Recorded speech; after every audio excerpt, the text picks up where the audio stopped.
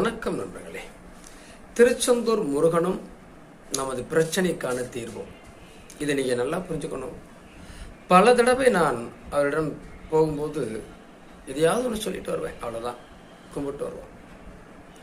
நான் இப்போ கொஞ்ச நாட்கள் போகிற போது என்னால் ஒரு சில மாதங்கள் போக முடியாத போது, சில ஆண்டுகள் போக முடியாத போது, திரும்ப போகும்போது பயங்கரமான கூட்டம். மனைவிக்கு உடம்பு சரியில்லை, எப்படி போகிறோம்? எல்லாமே ஈஸியானது. குளிச்சிட்டோம், சாப்பிட்டோம், முருகன் கூப்பிட்டுருக்காரு, போவோம், என்ன நடக்குதுன்னு பார்ப்போம். நாங்கள் போகும்போது அவ்வளவு கூட்டமும் இல்லாமல் எளிமையாக போய் முருகனை கிட்ட போய் பார்த்துட்டு அவர்கிட்ட இருந்து பிரசாதங்கள் எங்களுக்கு கிடைச்ச விதம். அடுத்து சண்முகநாதர்கிட்ட வரும்போது அவங்க பற்றர்கள் எங்களை கூப்பிட்டு, உங்களை முருகன் கூப்பிட்டு உள்ளே வச்சு எங்களை அவர் அந்த அபிஷேகத்தை பண்ணி அந்த இறைவனை வணங்கி எங்களுக்கு கொடுத்த பிரசாதம். திருச்செந்தூர் முருகன் சாதாரணப்பட்டவர் இல்லை. அவரை வணங்கி பாருங்க, அவர் மேலே அன்பு வைத்து பாருங்க.